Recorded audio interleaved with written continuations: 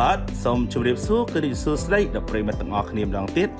សូមស្វាគមន៍សារថ្មីមកកាន់ Channel ទំព័រនិទានរឿងបែប BL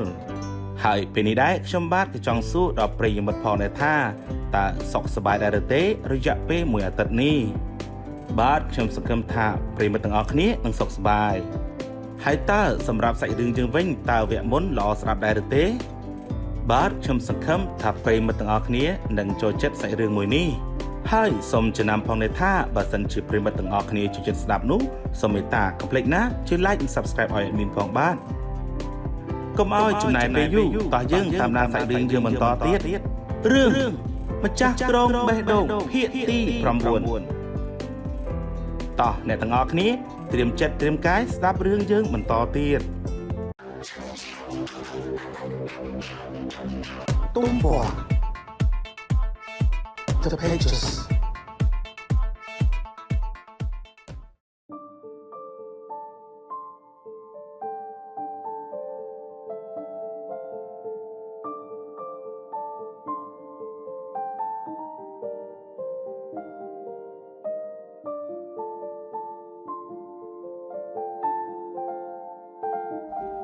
អូលាហើយម៉ាក់លាហើយប៉ាលាហើយក្រុមគ្រួសារខ្ញុំរវល់តែចូលតួកំសត់សង្កត់កដើរឆ្លងផ្លូវមិនបានងាកមើលខាងណាឡើយស្រាប់តែមានឡានមួយបើកសំដៅមកបុកខ្ញុំចំពេញតែម្ដងអោខ្ញុំមិនដឹងរត់ទៅខាងណានោះទេបើងាកទៅឃើញមុខឡានបើកសំដៅមករកខ្ញុំទៅហើយពេលនេះគឺមានតែបិទភ្នែកលាម៉ែលាឪតែម្ដងទៅលាហើយម៉ាក់លាហើយប៉ាលាហើយក្រុមគ្រួសារទូសំឡេងស្រែកហៅឈ្មោះខ្ញុំរបស់ហៀងប្រជែងគ្នាជាមួយនឹងហ្វ្រាំងឡានរហូតដល់ខ្ញុំត្រូវបិទភ្នែកតែម្ដងតែខ្ញុំមិនទាន់បានបើកភ្នែកមើលថាតើគម្លាតគ្នារវាងខ្ញុំហើយនឹងឡាននោះវាគៀកគ្នាដល់កម្រិតណាផងក៏មានមនុស្សម្នាក់មកទាញខ្ញុំយកទៅអោបបាត់ទៅហើយអូនយ៉ាងម៉េចហើយទូអូនយ៉ាងម៉េចហើយពេលនេះផងដែរខ្ញុំកំពុងតែស្ថិតនៅក្នុងរង្វង់ដៃដ៏រឹងមាំរបស់ហៀងនិយាយថាខ្ញុំទៅបេះដូងលោតញាប់ដោយសារតែភ័យភិតខ្លាចឡានបុកតែចំពោះលោកម្នាក់នេះវិញបេះដូងលោតស្ទើរតែផ្ទុះចេញមកក្រៅទៅហើយរហូតដល់ថ្នាក់ខ្ញុំដឹងគ្រប់ចង្វាក់របស់គេតែម្ដងចង្អប់មែនណាពួកអាក្មេងអស់នេះម្ចាស់ឡានបើកកញ្ចក់ស្រែកជេរពួកខ្ញុំរហូតដល់ត្រូវបំបីគ្នាហើយក៏បើកចេញទៅបាត់ទៅមិនដឹងថាគាត់ប្រញាប់ទៅណានោះទេលោកអើយទូក៏អីហ្នឹងបងករណាដែលទៅរត់មកតាមតាន់ត្រឹមតែអ្នកបើកឡានស្រែកជេរខ្ញុំនោះក៏ស្ទុះរត់មកនឹងគេដែរខ្ញុំមិនអីទេបងភ័យណាស់ទូអូនមានត្រូវអីអត់ខ្ញុំនិយាយតបទៅកាន់បងករណាមិនទាន់ចប់ផងនោះលេងគេទាញខ្ញុំទៅអោបម្ដងទៀតនៅនឹងមុខបងករណាតែម្ដងខ្ញុំដឹងណាថាលោកធ្វើនេះកំពុងតែចង់បញ្ឈឺបងករណាតែខ្ញុំមិនរំភើបជាមួយទេណានេះគេកើតឈួតអីហ្នឹងគេគិតថាការខឹងរបស់ខ្ញុំគឺជារឿងលេងសើចមែនទេទើបបានជាគេធ្វើដូចជាគ្មានរឿងអីកើតឡើងសោះបន្តិចអញ្ចឹងហើយថែមទាំងសម្ដែងធ្វើខ្លួនលបទៀតនេះហឹសលេងខ្ញុំទៅហើយក៏មកព្យាយាមធ្វើមិនដឹងរឿងអីនោះអូហូលេងចរិតណាស់នាងអើយអ្នកណាទៅដែលត្រូវខឹងឲ្យពិតប្រាកដនេះរួចមកខ្ញុំនិយាយរួចហើយក៏រុញគេចេញរួមទាំងដើរបែកខ្នងចេញពីគេទៀតផងតែម្ដងនេះខ្ញុំមើលឆ្វេងមើលស្ដាំឲ្យបានត្រឹមត្រូវខ្លាចសំណាងវាមិនមានជាលើកទី2ហើយក៏ខ្ជិលហួសទៅមើលបងករណាដែររួចហើយខ្ញុំក៏ដើរចេញតែម្ដងទៅរួចមកខ្ញុំរត់ឡើងមកលើថ្នាក់កិច្ចពួកគេទាំងពីរនាក់ដោយមិនខ្ចីងាកក្រោយនោះឡើយបានមួយសន្ទុះនាងរិទ្ធក៏បានដើរចូលមកដល់ក្នុងថ្នាក់ជាមួយនឹងថង់បាយ2ប្រអប់និងទឹក2ដបដោយទឹកមុខក្រញើផងដែរខ្ញុំច្បាស់ជាត្រូវមាត់នាងនឹងទៀតជាជាមិនខានទេខ្ញុំពេលនេះនេះបាយទឹក ថាមែន វាហុចមកឲ្យខ្ញុំដូចឲ្យសត្វចិញ្ចឹមស៊ីអញ្ចឹងអរគុណឯងច្រើនហើយក្រោយពីអរគុណវាហើយនោះពួកយើងទាំងពីរនាក់ក៏ចែកបាយគ្នាញ៉ាំដោយមិនបង្អង់យូរឡើយព្រោះខ្លាចញ៉ាំមិនទាន់ម៉ោងចូលរៀនវិញម៉ោងសម្រាប់30នាទីដូចជាយូររបស់គេមែនទូកុំថាយើងនេះចង់ចេះដឹងរឿងរបស់ឯងអីណា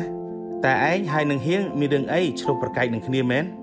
ពិសាបាយសុកស្រាប់តែរឹតសួរសំណួរអួបាយមកឲ្យខ្ញុំមួយលេងតែម្ដងឯងចង់និយាយពីរឿងអីហើយតាមពិតទៅយើងដឹងថាពួកឯងនេះស្គាល់គ្នាតាំងតែពីបាននិយាយជាមួយហៀងដំបងម្លេះហូដល់ថ្នាក់នឹងផងហ៎ហើយអ្មេចមិនដឹងឯងនិយាយស្អីខ្លះជាមួយនឹងគេគឺយើងមិនបាននិយាយអីច្រើននោះទេគ្រាន់តែយើងដាក់គូតអង្គុយភ្លាមគេក៏សុំមកអង្គុយរួមតុជាមួយនឹងយើងបាត់ទៅហើយដំបូងឡើយយើងក៏ចំណេះចិត្តដែរតែគេថាគេចង់និយាយជាមួយនឹងឯងទើបយើងសួរគេថាស្គាល់ឯងដែរអត់ហើយគេក៏ប្រាប់ថាហូយនាងនេះឈប់ធ្វើអីថាយ៉ាងម៉េចមិនប្រកាច់និយាយមកវ៉េណែថាស្អីឯងមិននិយាយឲ្យអស់មកពេលនេះខ្ញុំក៏អន្ទះសារចង់ដឹងដែរកំពុងតែស្ដាប់ជក់ផងគេថាគេជាប្តីរបស់ឯងដូចជាឮសំឡេងទឺតទាំងចឹងដូចជាគ្រប់បែបផ្ទុះស្អុយពេញមុខខ្ញុំចឹងបាយចង់ជ្រុះចេញពីមាត់អស់ហើយពេលនេះខ្ញុំអើយណែឯងកុហកយើងមែនទេខ្ញុំមិនអស់ចិត្តក៏សួរទៅគេហេតុអីក៏គេហ៊ាននិយាយបែបនេះណោះហូយខ្ញុំខ្មាស់នាងរឹតណាស់លោកអើយមិនបានកុហកទេគ្រាន់តែថែមជំនួសបន្តិចគេប្រាប់ថាត្រឹមតែជាសង្សាររបស់ឯងទេជឿយើងដែរណាហើយយយស្រីចង្រៃអាឈួតយើងគ្មានអារម្មណ៍លេងសើចជាមួយនឹងឯងទេណាអាឡប់អញ្ចឹងមានន័យថាឯងនេះបានដឹងថាយើងនឹងយ៉ាងម៉េចហើយតែហេតុអីក៏ពួកឯងសម្ដែងធ្វើដូចជាមិនស្គាល់យើងអញ្ចឹងគឺឯងប្រាប់ថាឯងនឹងមកករណាមិនស្គាល់គេនោះយើងក៏ប្រាប់គេតាមនឹងទៅលេងគេសូមឲ្យយើងជួយធ្វើជាមិនដឹងរឿងទៅតាមគេឯងតែម្ដងទៅហើយឯងក៏ព្រមតាមគេអញ្ចឹងទៅអារិតនេះឯងជាមិត្តរបស់យើងគ្នាសុំទោសឯងក៏ដឹងហើយថាគ្នាចាញ់ប្រៀបមនុស្សប្រុសកម្រិតណានោះថែមទាំងបរោះសង្ហាដូចជាហៀងទៀតហើយឯងគិតថាយើងនេះដាច់ចិត្តមែនទេហើយនាងនេះអារឿងចាញ់ប្រៀបនឹងវាដឹងតែចាញ់ហើយតែនេះនាងសឹងតែក្រាបដល់ដីហើយវើយឯងនេះសំតែយើងគក់ឲ្យចេញក្អួតមែនតាណាគ្នាសុំទោសពិតមែនឥឡូវដល់វេនយើងសួរឯងម្ដងហើយឯងចាប់ដើមតាំងពីពេលណាមកចំវាលេងមែនតែនហើយតាចាប់ដើមអីខ្ញុំធ្វើពុតដូចជាអត់ដឹងរឿងសិនរឿងដែលឯងចាប់ដើមឆ្លាញ់ប្រុសនោះណាអូហូចាក់ដោតមែនតែននាងចង្រៃនេះពេលណាយើងក៏មិនដឹងថាពេលណាដូចគ្នាគ្រាន់តែយើងចេះតែមានអារម្មណ៍ចម្លែករាល់ពេលដែលយើងនៅចិត្តហៀងបេះដូងចេះតែលោតញាប់នៅពេលដែលគេប៉ះយើងនិងតែងតែរំភើបនៅពេលដែលគេយកចិត្តទុកដាក់មកមើលថែយើងទៅផងហើយណែនៅហើយនឹងទៅកុំចេញមកអសោះជីរោគតែឯងស៊ីអារម្មណ៍បន្តិចបានទេអីហើយតែងតែពុះកញ្ជ្រោលរាល់ពេលដែលគេថើបយើងក៏មិនប្រកាសថាវាគឺជាស្នេហាដែលយើងមានឲ្យគ្នាដែរតែរាល់ពេលបិទភ្នែកយើងចេះតែនឹកឃើញដល់មុខគេគ្រប់ពេលវេលាហូយដាក់តែម្ដងទៅជ្រុលជីវាដឹងជីវប្រវត្តិរបស់ខ្ញុំអស់ហើយនោះបង្ហើបប្រាប់វាឲ្យដឹងតែម្ដងទៅយើងគិតមិនខុសមែនយើងគិតថាឯងនេះច្បាស់ជាដូចយើងចាក់ជាមិនខានគ្រាន់តែត្រូវការពេលវេលាដែលត្រូវស្វែងយល់ហើយនឹងមនុស្សដែលអាចដាស់ឲ្យឯងដឹងពីធាតុពិតរបស់ខ្លួនឯងបានតែប៉ុណ្ណោះមនុស្សប្រុសស្អីមើលថែខ្លួនឯងស្អាតជាងមនុស្សស្រីទៅទៀតវ៉េហេយ៉យនិយាយត្រូវម៉ាច់នាងអើយតែពេលនេះនាងឯងនៅមានឆ្លៀតដៀលឯងទៀតវើយហើយអារឿងមើលថែខ្លួននឹងប្រុសគេអត់មានខ្លួនមើលអីបានជាគេមើលថែបាននោះបានតើទូអើយ តែយើងនេះវារៀងលើសប្រុសទូទៅបន្តិចហើយតែយើងត្រូវធ្វើយ៉ាងម៉េចបន្តទៅហ៎អោគឺធ្វើតាមបេះដូងដែលវាស្រែកប្រាប់ឯងនឹងណាទោះជាក្តីសុខដែលគ្រប់គ្នាស្អប់ខ្ពើមក៏ដោយតែវាមានតម្លៃសម្រាប់ខ្លួនយើងហើយឯងត្រូវចាំមនុស្សម្នាក់មានសិទ្ធិស្រឡាញ់ស្មើគ្នាហូវានិយាយរហូតដល់ខ្ញុំចូលតួទៅតាមវាដែរស្គាល់វាយូរហើយមិនដែលឮវានិយាយបែបនេះនោះទេហើយចុះគ្រួសារវិញនោះហូវគ្គនេះជារឿងសំខាន់ណាស់វើយព្រោះវាប៉ះពាល់ដល់វងត្រកូលគ្រួសារទាំងមូលណាអូឪពុកម្ដាយបង្កើតយើងមកគឺគាត់ដឹងច្បាស់ហើយថាយើងត្រូវការអ្វីទោះជារឿងខ្លះគាត់ទទួលយកបានឬមិនបានក៏ដោយតែយើងគឺនៅតែជាកូនរបស់គាត់គ្មានថ្ងៃស្អប់កូនខ្លួនឯងបាននោះទេយើងគ្រាន់តែព្យាយាមបង្ហាញឲ្យគាត់ដឹងថាអ្វីដែលយើងបានធ្វើគឺជាអ្វីដែលគាត់ចង់ផ្ដល់ឲ្យយើងដូចគ្នានោះគាត់នឹងយល់ហើយមើលទៅឯងនេះដូចជឿជាក់ដល់ហើយណោះយើងមិនដែលគិតសោះថាឯងនេះនិយាយពាក្យអញ្ចឹងចេញមកបានពេលនេះខ្ញុំនិយាយទាំងផ្ដោស្នាមញញឹមឲ្យទៅវាទៀតផងគឺមកពីយើងឆ្លងកាត់ច្រើនជាងឯងគឺវាអញ្ចឹងហើយតែប្រាប់បាននៅថាឯងហើយនឹងប្តីរបស់ឯងមានរឿងអីហ៎ហើយយយបានដៃណាស់នាងអើយនៅមិនភ្លេចសំណួរនឹងហើយនឹងមកថែមប្តីឯងពេញមាត់ទៀតនាងនេះ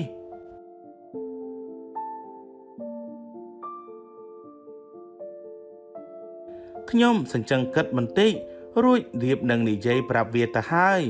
ក៏ដល់ម៉ោងចូលរៀនបាត់ទៅហើយហេងវិញមិនបានរៀបរាប់ប្រាប់វាសំទោសណាឯងចាំថ្ងៃក្រោយទៅចោះតែសំខាន់បាយដែលខំខ្ចប់មកស៊ីនេះអត់ទាន់បានស៊ីអស់ទេឥឡូវខ្ចប់ទុកស៊ីម៉ោងក្រោយហើយវើយបើរវល់ជក់មាត់ឆ្ងាញ់ស៊ីត្រាវពេក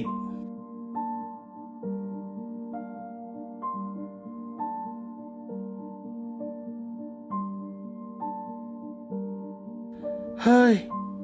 សំឡេងគ្រូស្រែកបញ្យលមេរៀងក្តែងតែខ្ញុំចូលតែសម្ដីនាងរិតទៅវិញ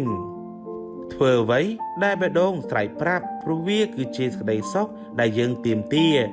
ឥឡូវនេះបេះដូងខ្ញុំវាកំពុងតែជំទាលរកតែឈ្មោះគេម្នាក់គត់តើដល់ពេលហើយមែនទេដែលខ្ញុំគួរតែបាក់ចិត្តចាប់ដើមសារជាថ្មីម្ដងទៀតខ្ញុំគិតបណ្ដាសម្លឹងមើលដៃដែលរំរបួសបណ្ដាក្រែងរឿងនេះខ្ញុំក៏មានចំណែកខុសដែរតើមែនទេហើយគេក៏ព្រមទទួលកំហុសរបស់គេហើយដែរហេតុអីនៅឡើយតែខ្ញុំដែលខំមានអ្នកយកឈ្នះចិត្តខ្លួនឯងទៀតក្រែងថាចង់នៅក្បែរគេណាស់មែនទេគួរតែដល់ពេលយើងត្រូវមកវេកញែកគ្នាម្ដងទៀតហើយតើមែនទេ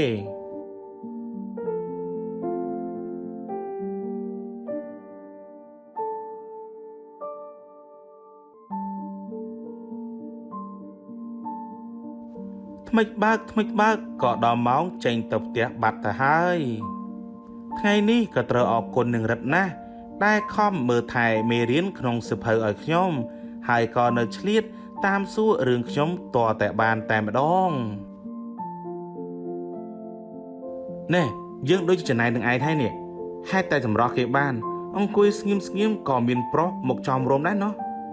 ពួកយើងទាំងពីរនាក់បណ្ដាគ្នានិយាយឥតឈប់ឥតឈរតែម្ដងហើយឯងត្រូវការខ្លះទេយកទាំងអស់ក៏បានដែរយើងនឹងបានផុតឈឺក្បាលអេយើងមិនលេងចូលនោះទេគ្រាន់តែឃើញដៃរបស់ឯងនេះយើងខ្លាចណាស់ទៅហើយយ៉ាងម៉េចទៀតនាងចង់ទៀតទេនឹងបានស្គាល់រសជាតិនឹងគេអញ្ចឹងយើងទៅផ្ទះហើយណាពួកយើងបណ្ដាគ្នារហូតមកដល់កន្លែងដាក់ឡានអាហាមិនក៏ឯងថ្ងៃនេះយកឡានមកយើងឃើញតែហៀជូនទៅជូនមកយើងស្មានតែឯងទៅជាមួយយើងតាថ្ងៃនេះឃើញខំដើរតាមមកដល់ទីនេះយើងចង់រៀនរស់នៅដោយខ្លួនឯងខ្លះយើងលេងចង់ពឹងហៀទៀតហើយល្មមហើយមានប្តីមានអីហើយនោះកុំពឹងហៀពេកណាចំមើលវាហ៊ានឌឺឯងផងអញសង្ស័យណាស់មិនផុតថ្ងៃនឹងឥឡូវហើយគ្នានិយាយលេងតើវើយត្រឡប់ទៅវិញស្រួលបួនណាហើយកុំភ្លេចអ្វីដែលយើងបាននិយាយប្រាប់ឯងធ្វើអ្វីដែលបេះដូងរបស់ឯងស្រែកប្រាប់ នោះឯងនឹងស្វែងរកសេចក្តីសុខពិតឃើញហើយយើងជឿជាក់ថាហៀង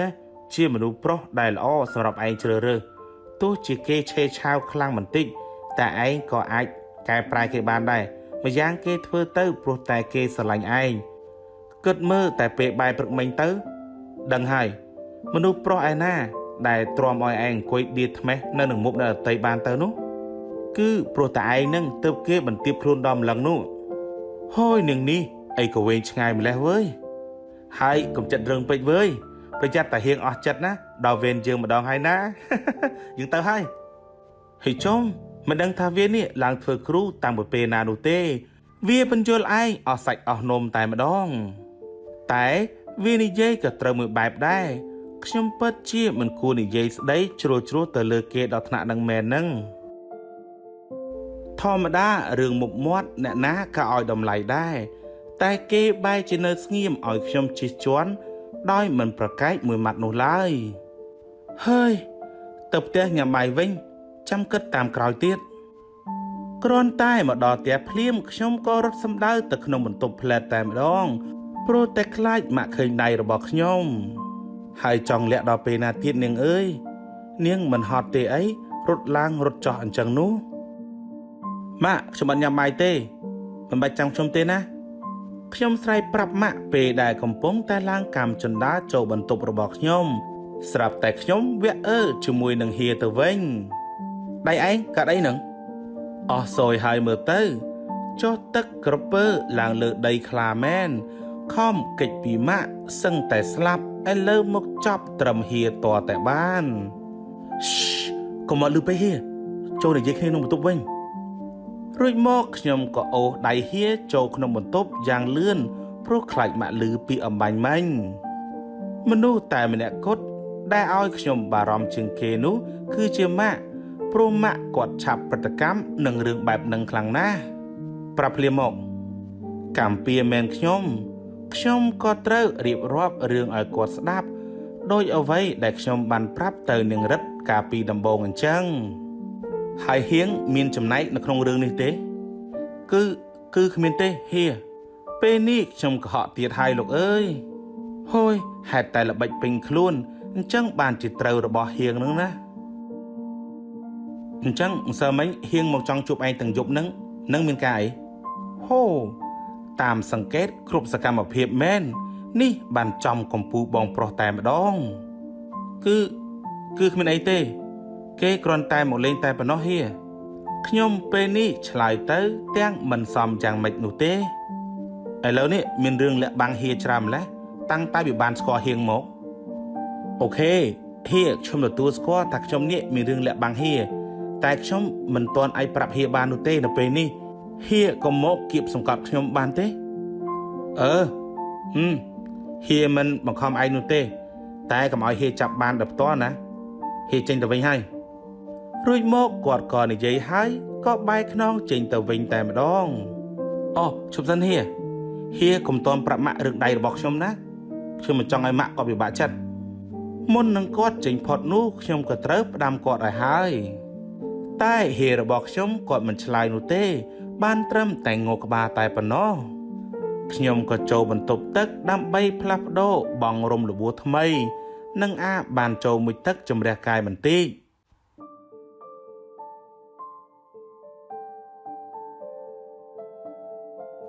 ថ្ងៃនេះខ្ញុំចេញទៅសាលាលឿនជាងរាល់ដងព្រោះមិនចង់នៅផ្ទះយូរហើយក៏គិតថាចង់ទៅរកបាយក្រៅផងដែររួចមកខ្ញុំក៏ជ្រើសរើសទៅហាងដែលហៀងធ្លាប់បាននាំខ្ញុំទៅញ៉ាំបាយថ្ងៃត្រង់ជាមួយគ្នាម្ដងកាលពីលើកមុន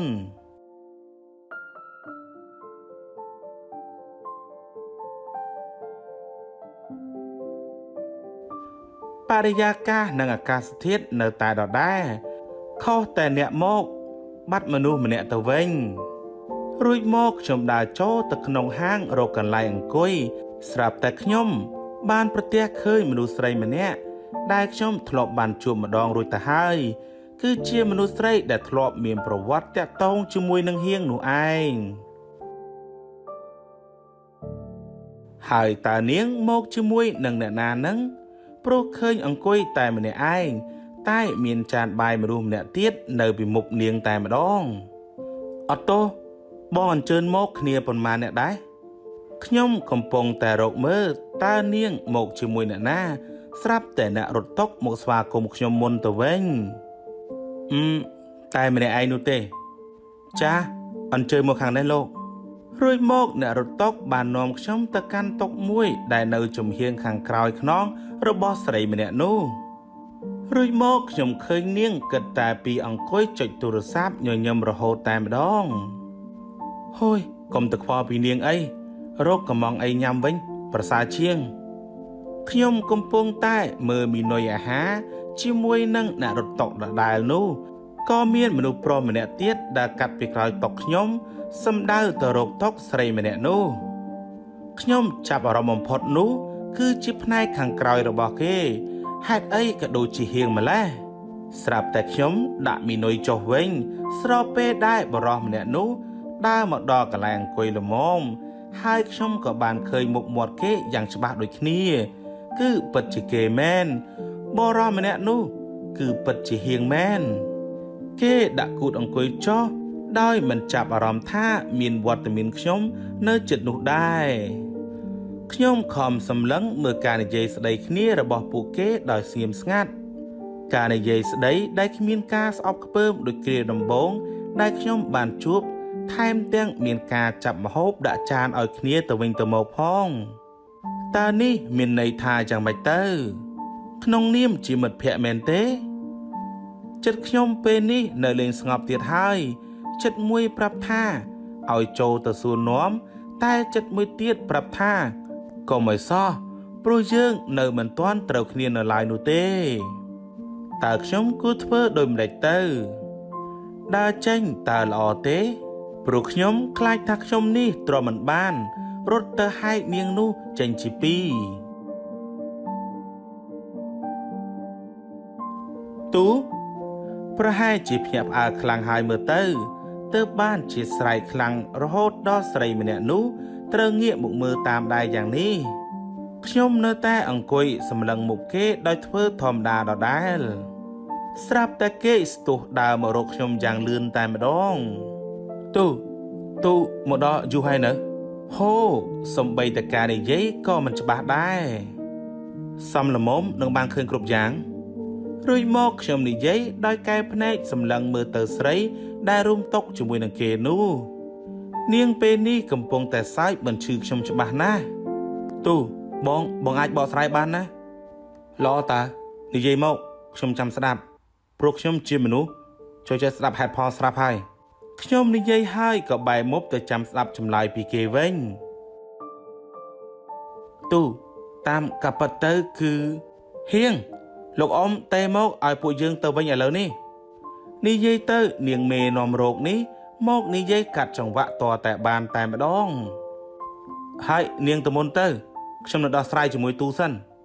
គ្រាន់តែឮបែបនេះភ្លាមនាងមួយនោះក៏ចាប់ដើមប្រែទឹកមុខភ្លាមមួយរំពេចតែម្ដងមិនបានទេ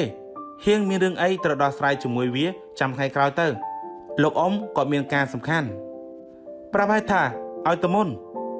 ពេលនេះហៀងដំឡើងសំឡេងរហូតដល់នាងនោះស្ងាត់ជ្រាបតែម្ដងអូនមកជាមួយបងឲ្យអូនទៅវិញមុនយ៉ាងម៉េចទៅមិនផុតមែននាងអីនាងលោកនាំស្រីនោះទៅវិញទៅបើលោកមិនចេះខ្មាស់គេតែខ្ញុំចេះខ្ញុំក៏និយាយកាត់មុនគេមុនដែលគេនឹងស្រែកដាក់ស្រីនោះម្ដងទៀតតើឲ្យនៅធ្វើអីទៀតបើគេមើលមកពេញហាងហើយនឹងតែបងទៅវិញទៅខ្ញុំអត់ភាពអត់ធ្មត់ក្នុងការរងចាំពាក្យបកស្រាយរបស់គេហើយពេលនេះមានតែដេញគេទៅតែម្ដងទៅបានតែបងនៅតែមានពាក្យមកបកស្រាយឲ្យអូនជានិច្ចគេនិយាយហើយក៏ដើរនាំមុខស្រីនោះចេញទៅបាត់តែម្ដងពាក្យបកស្រាយសម្រាប់យកតែរួចខ្លួននឹងមែនសង្ឃឹមថាការបកស្រាយរបស់គេវានឹងធ្វើឲ្យឯងនេះភ្លឺនៅតែជឿទៀតណាពាក្យសម្ដីបង្កប់ន័យរបស់ស្រីម្នាក់នោះបានដក់ជាប់ក្នុងខួរក្បាលរបស់ខ្ញុំរហូតស៊ីបាយហើយក៏បន្តទៅដល់សាលារៀនទៀតផង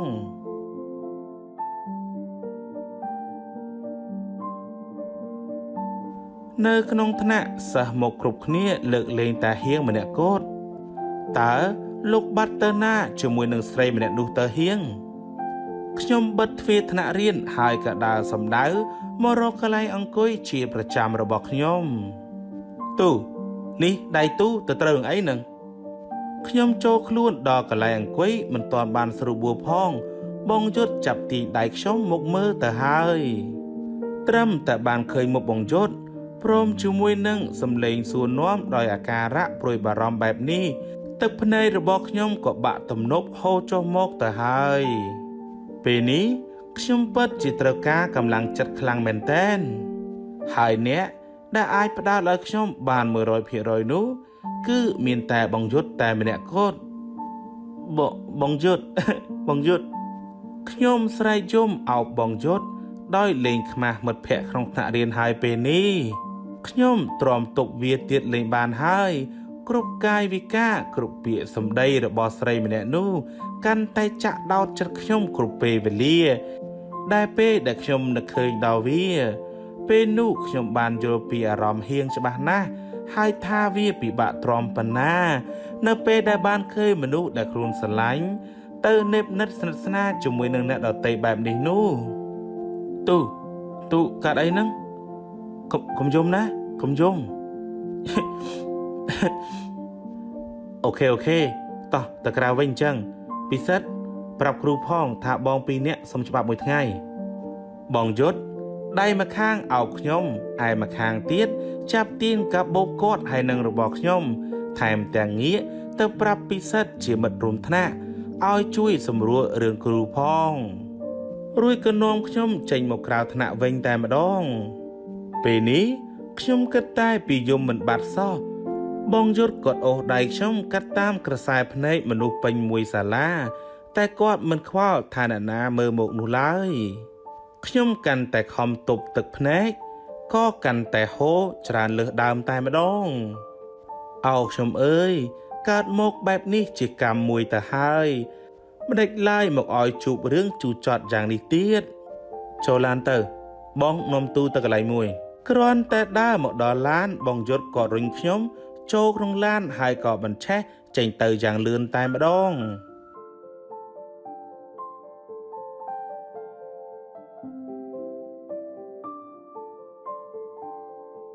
នេះទូក្រដាសជួយទៅភ្នែកចេញទៅបងពិបាកនឹងមើលណាបើកឡានចេញមកបានមួយសន្ទុះបងយុទ្ធក៏បានហុកក្រដាសជូតមាត់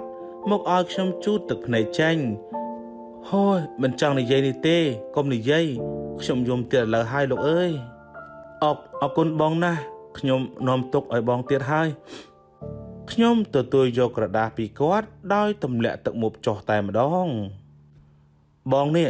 ទុកទូដូចជាប្អូនប្រុសទៅហើយគ្មានពាក្យថានាំទុកដល់បងនោះទេយល់ទេពេលនេះបងយុទ្ធគាត់និយាយព្រមទាំងលូកដៃមកចាប់ដើមដៃរបស់ខ្ញុំឬក៏ច្របាច់តិចដើម្បីផ្ដល់កម្លាំងចិត្តដល់ខ្ញុំតើហេតុអីទៅបានជាគាត់ល្អដាក់ខ្ញុំយ៉ាងនេះណោះខ្ញុំខ្មាស់គាត់ណាស់ដែលបោះបង់គាត់ទៅទទួលរងគ្រោះពីមិត្តភ័ក្តិរបស់គាត់ទៅវិញហើយបងចង់នាំខ្ញុំទៅណាខ្ញុំទាញដៃពីគាត់ហើយមកជូតទឹកភ្នែកខ្លួនឯងចេញហើយក៏សួរនាំទៅគាត់ម្ដងទៀតគឺបងនាំទូទៅរំសាយទុកនោះអីពេលនេះក៏និយាយទាំងផ្ដល់ស្នាមញញឹមមកឲ្យខ្ញុំធ្វើឲ្យខ្ញុំមានភាពកក់ក្ដៅក្នុងចិត្តបន្តិចខ្ញុំមិនដឹងថាគាត់ចង់នាំខ្ញុំទៅណានោះទេដឹងត្រឹមថាពេលនេះពួកយើងកំពុងតែជិះកាត់ស្ពានឆ្លងទន្លេមួយឆ្ពោះទៅកាន់ត្រើយម្ខាងទៅហើយបងប្រាប់ខ្ញុំបន្តិចមកថាពួកយើងកំពុងទៅណាហ្នឹងពេលនេះខ្ញុំនៅលេងសក់មែនតែនហើយតាមរយៈផ្លូវដែលគាត់បាននាំខ្ញុំមកទីនេះគឺពិតជាប្លែកណាស់តាមផ្លូវគឺមានដើមឈើដុះអមសងខាងដើម្បីផ្ដល់ជាម្លប់ដល់អ្នកដែលជិះកាត់ទាំងឡាយផងយូរម្ដងទើបបានឃើញផ្ទះគេឯងខ្លះគឺបងនាំអូនទៅលេងផ្ទះលោកយាយរបស់បងផ្ទះលោកយាយហើយមានអីពិសេសមែនទេបងវាមិនពិសេសអីណាស់ណានោះទេទៅដល់ទូនឹងដឹងហើយបងធានាថាទូនឹងពេញចិត្តតែម្ដង ពេលដែលគាត់និយាយខ្ញុំកាន់តែចង់ដឹងកាន់តែខ្លាំងឡើងតែម្ដងបន់ឲ្យតែដល់ឆាប់នោះទេពេលនេះបងជុតក៏មិនបានប្រាប់តាមស្រួលនោះទេគាត់គិតតែពីញញឹមមួយមុខតែប៉ុណ្ណោះយើងបានធ្វើដំណើររៀងវែងឆ្ងាយគួរសមដែរដោយបងយុទ្ធព្យាយាមធ្វើឲ្យខ្ញុំបានសើចមិនដាច់មាត់នោះទេដែលបានជួយឲ្យក្តីទុក្ខសោករបស់ខ្ញុំបានស្រាលខ្លួនច្រើនណាស់ដែរទម្រាំតែបានមកដល់មុខខ្លោងទ្វារផ្ទះដ៏ធំមួយកណ្ដាលព្រៃនិយាយលេងទេផ្ទះនោះគ្រាន់តែរៀងដាច់ស្រយាលពីអ្នកភូមិបន្តិចហើយមានដើមឈើដុះតាមផ្លូវរៀងច្រើនតែប៉ុណ្ណោះខ្ញុំបានឮបងយុទ្ធនិយាយជាមួយអ្នកណាក៏មិនដឹងឮត្រឹមតែគាត់និយាយថានៅមុខផ្ទះតែប៉ុណ្ណោះហើយបានបន្តិចទ្វារផ្ទះក៏របើកឡើងរួចគាត់ក៏បន្តបើកឡានចូលទៅខាងក្នុងផ្ទះតែម្ដងអូវ៉ាវគ្រាន់តែបើកទ្វារភ្លាមក៏លេចចេញរូបរាងភូមិគ្រឹះតែម្ដងហើយនេះផ្ទះដ៏ធំមួយត្រូវបានសាងសង់ដោយឈើសុទ្ធដែលមានម៉ូដស្រដៀងទៅនឹងផ្ទះនាការសម័យបុរាណស្រស់ស្អាតខ្លាំងណាស់ប្រៀបបានទៅនឹងផ្ទះនៅក្នុងក្តីសុបិនរបស់ខ្ញុំអញ្ចឹងសួស្តីលោកប្រុសថ្ងៃនេះនាំភ្ញៀវមកលេងដល់ទីនេះផងខ្ញុំដាក់ជើងចុះពីលើឡានមិនទាន់ផងនោះក៏មានបងប្រុសម្នាក់មកស្វាគមន៍បងយុទ្ធទៅហើយបាទបងសាន់នេះគឺជាប្អូនសម្រាប់ចិត្តរបស់ខ្ញុំបងយុទ្ធណែនាំខ្ញុំដោយងាកមកសើចដាក់ខ្ញុំផងដែររួចហើយបងសាន់ក៏បែរមុខរាក់ទាក់ខ្ញុំបន្តទៀតសួស្តីលោកប្រុសតូចហើយលោកប្រុសតូចស្អីហ្នឹងខ្ញុំគ្មានបានជាប់សាច់ឈាមត្រកូលនេះអីសំបីតែបន្តិចកុំហៅខ្ញុំបែបនេះអីសូមត្រឹមតែហៅទូធម្មតាទៅបានហើយខ្ញុំគ្រាន់តែជាប្អូនដែលរៀនសាលាជាមួយនឹងបងយុទ្ធទេរួចមកខ្ញុំងាកទៅប្រាប់គាត់ដោយទឹកមុខស្ងួនឆ្ងួនតែម្ដង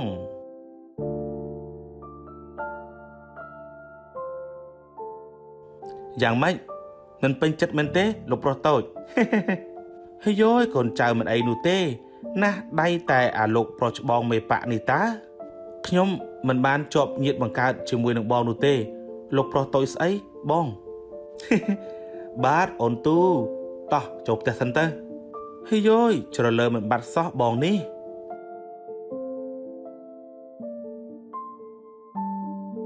អូបងយុទ្ធលោកយាយបងរកស៊ីឯដែរទៅផ្ទះធំម្លឹងនោះ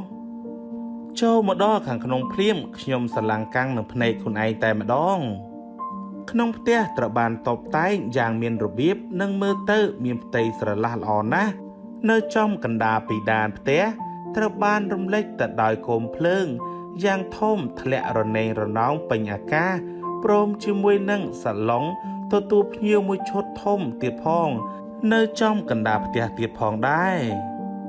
កម្មចិន្តាកោងចំហៀងផ្ទះរួមបញ្ចូលជាមួយនឹងព្រំរចនាម៉ូដយ៉ាងស្រស់ស្អាតដេញទម្លាក់ពីលើមកដល់ក្រោមផងដែរនិងនៅមានរបស់របរលម្អជាច្រើនទៀតតែខ្ញុំខ្ជិលរៀបរាប់និយាយមួយម៉ាត់យ៉ាងខ្លីគឺកប់ខ្លាំងណាស់លោកអើយតាមកាពិតទៅផ្ទះនេះសល់កាលពីជំនាន់លោកតាលោកយាយរបស់គាត់នោះទេគ្រាន់តែមកដល់ដៃលោកយាយបងគាត់ក៏រៀបចំតុបតែងកែច្នៃជារឿយៗទៅទើបវាចេញជាបែបនេះឯងអូស្អាតខ្លាំងណាស់ហើយចោះលោកយាយបងនៅទីណាខ្ញុំចង់ទៅជម្រាបសួរគាត់បានបន្តិចខ្ញុំចំហមាត់នឹងភាពស្រស់ស្អាតក្នុងផ្ទះរហូតដល់ភ្លេចកាត់ទុកហើយក៏បែរទៅសួររកលោកយាយពីគាត់វិញលោកយាយបងចែកឋានទៅបាន1ឆ្នាំហើយអូចូលរួមសោកស្ដាយផងណាបងអង្គុយលេងសិនទៅបងទៅរកទឹកឲ្យមកញ៉ាំរួចមកបងយុទ្ធក៏ញញឹមដាក់ខ្ញុំហើយគាត់ក៏ដើរទៅផ្ទះបាយបាត់ចំណែកខ្ញុំវិញ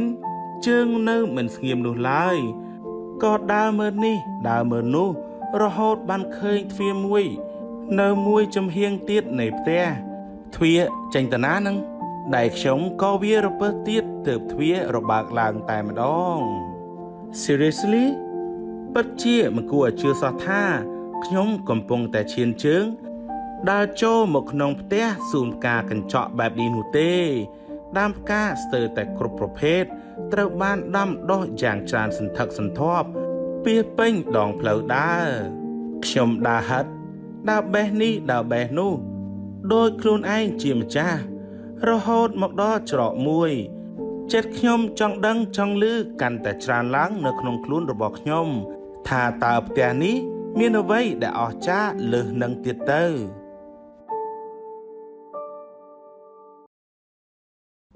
បើកទ្វារមិនទាន់បានប៉ុន្មានផងកម្លាំងខ្យល់ក៏បានបក់ផាត់មកប៉ះមុខរបស់ខ្ញុំត្រជាក់រហឹមតែម្ដងខ្ញុំក៏រុញទ្វារនោះចេញទៅទាំងអស់ហើយអ្វីដែលខ្ញុំបានឃើញមុនគេនោះគឺជាកូនកញ្ចុះតូចមួយបានបង្អួតខ្លួននៅជាប់នឹងមាត់ច្រាំងទន្លេគឺថាមានគ្រប់សពបែបយ៉ាងតែម្ដងហើយផ្ទះមួយនេះខ្ញុំចង់បដូរផ្ទះមកនៅទីនេះវិញដល់ហើយ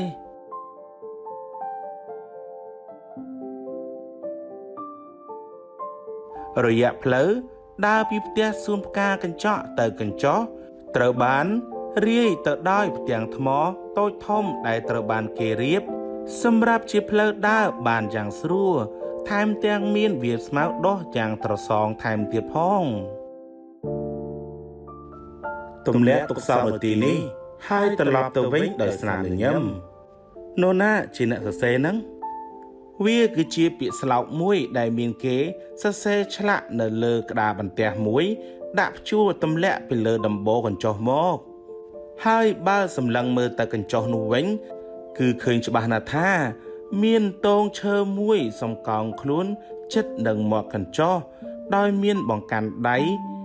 បាំងការពារកុំឲ្យធ្លាក់ទឹកទៀតផង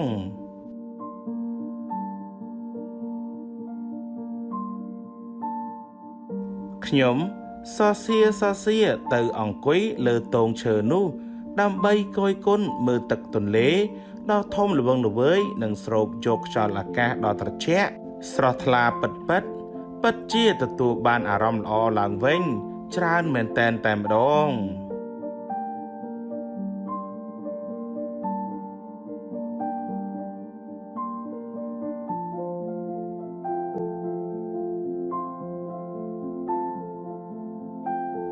គិតមិនខុសមែនប្រកាសថាជានៅទីនេះបងអស់អីសប្រៃបាត់ហើយខ្ញុំកំពុងតែបិទភ្នែកបណ្ដែតអារម្មណ៍ទៅតាមខ្យល់និងសំឡេងខ្យល់បក់ទៅវិញទៅមកស្រាប់តែបានឮសំឡេងបងយុទ្ធដេញមកពីក្រោយខ្នងខ្ញុំតែម្ដងហត់ណាស់ទឹកក្រូចច្បាច់ស្រស់បងយុទ្ធគាត់ដើរមកដល់ក៏ដាក់គូតអង្គុយជិតខ្ញុំហើយហុចទឹកក្រូចក្នុងដៃរបស់គាត់មកឲ្យខ្ញុំទៀតផងអរគុណបងច្រើនណាស់ខ្ញុំបែរទៅទទួលពីគាត់ទាំងស្នាមញញឹមមិនសូវស្រស់ស្រាប់តែខ្ញុំក្រលៀសភ្នែកចាប់អារម្មណ៍ទៅលើក្តារឈើមួយបន្ទះធំមានកូនក្រដាសតូចធំត្រូវបានដំជាប់ដោយដែកគោលច្រើនគួរសមដែលនៅមួយជំហៀងនៃកញ្ចុះនោះនិងមានកូនតុកឈើមួយឈុតនៅគៀននោះផងដែរនោះជាស្អីហ្នឹងបងខ្ញុំនិយាយហើយក៏ងើបកាន់កែវទឹកក្រូចដើរសំដៅទៅរកក្តារមួយបន្ទះនោះអូវាជាក្តារសម្រាប់ទុករឿងរ៉ាវអាក្រក់និងរឿងឈឺចាប់ដែលធ្លាប់បានកាត់ឡើងមកលើបងអូពិតជាអស្ចារ្យមែនខ្ញុំក៏ដាក់កែវទឹកលើតុរួចដើរសម្លឹងមើលរាល់ក្រដាសដែលបានដំជាប់នៅទីនោះហើយក៏បានចាប់អារម្មណ៍លើកូនក្រដាស 3-4 សន្លឹកដែលមើលទៅដូចជាទើបតែដំជាប់ថ្មីជាងគេអត្ថន័យនៅក្នុងក្រដាសទី1ថ្ងៃអង្គារទី18ខែកក្កដាឆ្នាំ2017ជាថ្ងៃដែលខ្ញុំបានទៅសួរសុខទុក្ខមនុស្សដែលខ្ញុំលួចស្រឡាញ់ដល់ផ្ទះហើយក៏ជាថ្ងៃដែលខ្ញុំពិបាកនឹងទទួលយកខ្លាំងជាទីបំផុតដែលក្នុងរយៈពេល3ឆ្នាំក្រោយពីបានចែកផ្លូវគ្នាជាមួយនឹងអ្នកចាស់កន្លងមកគួរឲ្យចង់សាយណាស់ព្រោះមនុស្សដែលខ្ញុំលួចស្រឡាញ់គេគឺជាមនុស្សប្រុសទៅវិញវិទូគឺជាឈ្មោះរបស់គេក្មេងប្រុសដែលខុសពីក្មេងទូទៅដែលខ្ញុំបានស្គាល់និងបានជួបតែទេវតាមិនអាណិតដល់ខ្ញុំសោះព្រោះតែមនុស្សដែលបានធ្វើឲ្យបេះដូងរបស់ខ្ញុំព្រមបើកទទួលយកអ្នកថ្មីដូចជាទូត្រូវបានមិត្តភក្តិដ៏ល្អតែមួយគត់របស់ខ្ញុំសារភាពការពិតថាស្រឡាញ់គេនៅមុខខ្ញុំតែម្ដងឧបសគ្គមួយនេះគឺធំណាស់សម្រាប់ខ្ញុំ ហើយជំរឿនដែលល្អនោះត្រូវមានម្នាក់ត្រូវដើរចេញច្បាស់ណាស់ម្នាក់នោះគឺជាខ្ញុំអូហូបើតាមដែលខ្ញុំចាំបានគឺជាថ្ងៃដែលខ្ញុំធ្វើឲ្យហៀងខឹងតើមែនទេប្រហែលមានន័យថាបងយុទ្ធដឹងតាហៀងចាប់ដើមស្រឡាញ់ខ្ញុំតាំងតែពីថ្ងៃនោះមកម្លេះអញ្ចឹងតើទើបចាប់តាំងពីថ្ងៃនោះមកបងយុទ្ធក៏ចាប់ដើមកាត់បន្ថយកាយវិការលេងសើចជាមួយនឹងខ្ញុំច្រើនណាស់ការពិតគេកាត់មុខបងយុទ្ធបាត់ទៅហើយហ្នឹង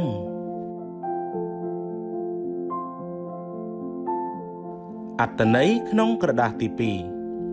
ថ្ងៃពុធទី19ខែកក្កដាឆ្នាំ2017ជាថ្ងៃដែលខ្ញុំបានជូនមនុស្សដែលខ្ញុំលួចស្រឡាញ់គេទៅសុំទោសមិត្តរបស់ខ្ញុំដល់ផ្ទះហើយក៏ជាថ្ងៃដែលខ្ញុំក្រំចិត្តបំផុតព្រោះបានដឹងថាអ្នកដែលខ្ញុំខំលួចស្រឡាញ់ក៏មានចិត្តទៅលើមិត្តរបស់ខ្ញុំដូចគ្នាខ្ញុំអស់សង្ឃឹមហើយពេលនេះខ្ញុំអានក្នុងចិត្តបណ្ដានឹកស្រមៃដល់ថ្ងៃដែលបងយុទ្ធបានសរសេរបណ្ដាប៉ុណ្ណឹងបានហើយទូគ្មានអ្វីគួរចង់មើលនោះទេសុទ្ធតែជារឿងអបិយោជន៍របស់បងនោះទេខ្ញុំកំពុងតែរកមើលសញ្ញាថ្មីផ្សេងទៀតបងយុទ្ធក៏យកដៃមកចាប់ស្មាខ្ញុំឲ្យឈប់មើលបន្តទៀតតែបងគ្រប់กระดาษនេះសុទ្ធតែចេញពីអារម្មណ៍ពិតមែនទេបងយុទ្ធមិនតបបានត្រឹមតែឈរសម្លឹងមុខខ្ញុំមិនលេងនោះឡើយខ្ញុំសូមអានពី3ស្លឹកទៀតបានទេគាត់មិនថាអីហើយក៏ប្រឡែងដៃចេញពីស្មារបស់ខ្ញុំតែម្ដងអត្ថន័យក្នុងក្រដាសទី3ថ្ងៃប្រហ័សទី20ខែកក្កដាឆ្នាំ2017ថ្ងៃនេះខ្ញុំបានធ្វើរឿងអាក្រក់មួយទៅលើមិត្តរបស់ខ្ញុំហ៊ានបំពានចេញមុខណាស់មនុស្សដែលវាស្រឡាញ់ទៅដើរលេងជាមួយគ្នាដើម្បីបង្កើនឱកាសសារភាពថាស្រឡាញ់ទៅគេខ្ញុំដឹងថាខ្ញុំធ្វើនេះគឺវាដូចជាក្បត់មិត្តរបស់ខ្លួនអញ្ចឹងតែខ្ញុំនៅតែចង់ឲ្យគេម្នាក់នោះដឹងថានៅមានខ្ញុំម្នាក់ទៀតដែលកំពុងតែឆ្លុះវង្វេងនឹងគេដូចគ្នាទោះជាចម្លើយបែបណាក៏ខ្ញុំទទួលយកបានដែរសូមត្រឹមតែឲ្យគេបានដឹងថាខ្ញុំក៏ស្រឡាញ់គេគឺវាគ្រប់គ្រាន់ណាស់ទៅហើយតែមិនទាន់បានទទួលចម្លើយពីគេផងខ្ញុំក៏ត្រូវជួបនឹងបញ្ហាជាមួយមិត្តសម្លាញ់របស់ខ្ញុំទៅហើយហូមានន័យថាមួយនេះគឺជាថ្ងៃដែលហៀងបានតាមមកទាញខ្ញុំចេញពីឡានរបស់បងយុទ្ធទាំងដែលខ្ញុំមិនទាន់បានផ្ដល់ចម្លើយឲ្យទៅគាត់ផងហើយក៏ជាថ្ងៃដែលជីវិតខ្ញុំបានប្រែប្រួលស្ទើរតែទាំងស្រុងតែម្ដងអូនៅមានក្រដាសថ្មីមួយទៀតចុងក្រោយអត្ថន័យក្នុងក្រដាសទី4ថ្ងៃសុក្រទី21ខែកក្កដាឆ្នាំ2017ជាថ្ងៃដែលខ្ញុំច្បាស់ 100% ហើយថា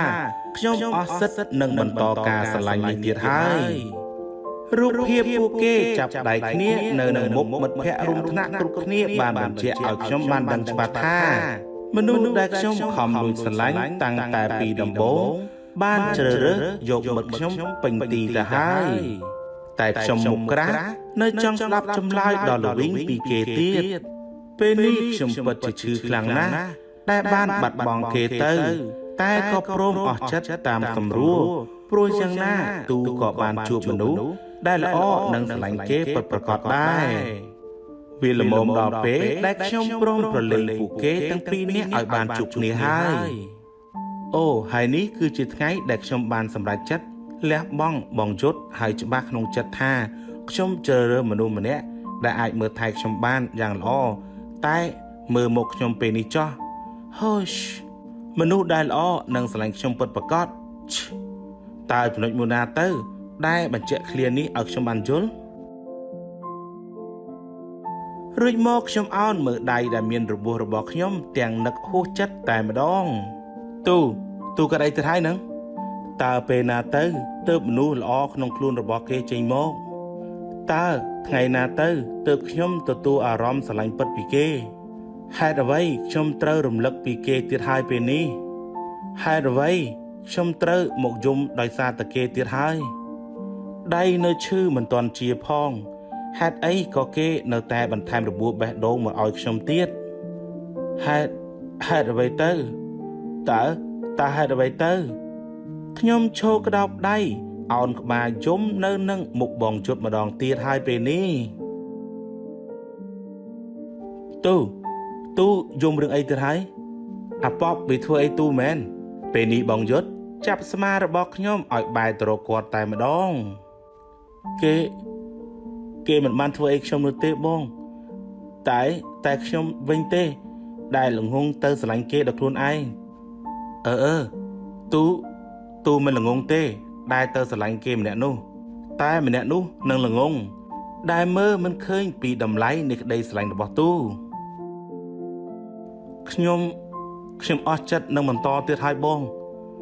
ខ្ញុំចង់បញ្ឈប់វាត្រឹមនេះហើយស្ដាប់បងទូបងមិនដឹងថាមានរឿងអ្វីកើតឡើងរវាងទូហើយនឹងអាប៉បមែនតែបងជឿជាក់ណាស់ថា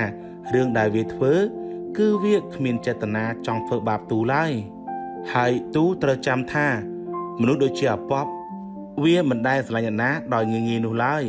រឹតតែមិនខ្វល់ពីរឿងមួយនឹងទៀតផង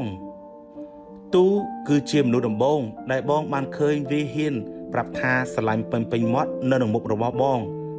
ហើយហ៊ានបើកចំហទៅឲ្យអ្នកផ្សេងដឹងដោយមិនខ្មាស់អៀនឡើយចំណុចនេះហើយទៅបងព្រមប្រឡែងទូឲ្យទៅវាព្រោះបងដឹងថាវានឹងគ្មានថ្ងៃឈប់ស្រឡាញ់ទូដោយងាយៗដូចគ្នា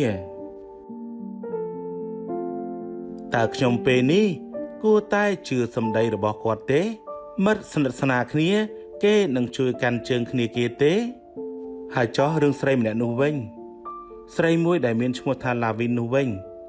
គេនៅមានទំនាក់ទំនងអីទៀតជាមួយនឹងនាងខ្ញុំក៏ងើយមុខសួរទៅបងយុទ្ធវិញម្ដងទូបានដឹងរឿងអីមកគាត់ក៏ប្រែទឹកមុខមកសួរខ្ញុំវិញម្ដងថ្ងៃមិញខ្ញុំបានឃើញពួកគេទៅញ៉ាំបាយជាមួយគ្នាទៅពីរនាក់ទាំងដែលជួបគ្នាដំបូងគេធ្វើរឹកពីដូចជាស្អប់នាងណាស់តែនៅក្រោយខ្នងខ្ញុំគេបែរជាបញ្ចេញចរិតផ្សេងទៅវិញតើគេនៅមានរឿងអីខ្លះទៀតដែលត្រូវលាក់បាំងនឹងខ្ញុំតើបងដឹងគ្រឿងអីខ្លះទៅរវាងពួកគេទាំងពីរនាក់នោះបងអាចប្រាប់ខ្ញុំបានទេពេលនេះខ្ញុំខំយំផងរៀបរាប់ទៅគាត់ផងរហូតដល់គាត់ទាញខ្លួនប្រាណខ្ញុំទៅអោបលួងលោមមួយរំពេចតែម្ដងទូកុំយំអីណាថ្ងៃណាមួយវានឹងប្រាប់រឿងពិតដល់ទូទាំងអស់ចាក់ជាម្ខាននោះទេតែពេលនេះទូកុំតន់គិតរឿងនេះអីណា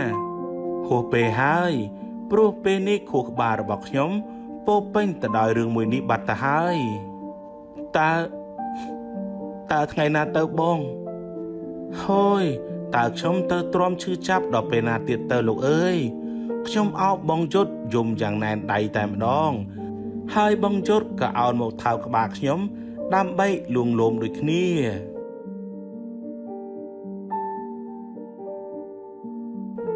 អាយុទ្ធហេតុអីក៏ឯងហ៊ានធ្វើយ៉ាងនេះដែរអញសំលេងគេដាល់ឮតែផាច់តែម្ដងរួចហើយខ្លួនពួកខ្ញុំទាំងពីរនាក់ត្រូវបានចេញពីគ្នាដោយសារកម្លាំងទាញរបស់ហៀងហើយថែមទាំងបន្ថែមកណ្ដាប់ដៃឲ្យទៅបងយុទ្ធមួយទៀតផងបងយុទ្ធរួចមកខ្ញុំស្ទុះទៅទប់បងយុទ្ធហើយហៀងក៏សម្រុកមកម្ដងទៀតហៀងឈប់ភ្លាមទៅផាច់ដៃរុំរបួសពីមុនមានពណ៌សស្អាតពេលនេះបានលេចចេញស្នាមឈាមក្រហមអណ្ដែតមកជំនួសវិញតែម្ដងដោយសារកម្លាំងទះមួយកំភ្លៀងរបស់ខ្ញុំទៅលើមុខរបស់គេទូរួចមកគេឈរស្ងៀមសម្លឹងមុខខ្ញុំដោយការឈឺចាប់លោកជប់ឈឺបានហើយឬនៅហានេះគឺជាបងយុទ្ធជាមិត្តភក្តិតែម្នាក់របស់លោកណា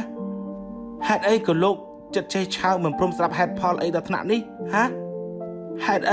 អីក៏លោកសាហាវបែបនេះលោកដឹងទេថាគាត់បានធ្វើអ្វីខ្លះដើម្បីលោកនោះ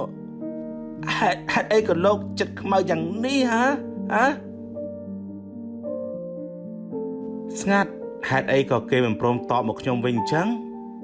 ដៃអូនចេញឈាមហើយគេអោនមើលដៃរបស់ខ្ញុំបានបន្តិចរួចហើយក៏និយាយនឹងព្យាយាមលូកដៃចូលមករកចាប់ដៃខ្ញុំដោយមិនខ្វល់ថាខ្ញុំបាននិយាយអ្វីខ្លះទៅកាន់គេនោះទេមិនបាច់មកខ្វល់នឹងរបួសរបស់ខ្ញុំទេត្រឹមឈឺដៃប៉ុណ្ណឹង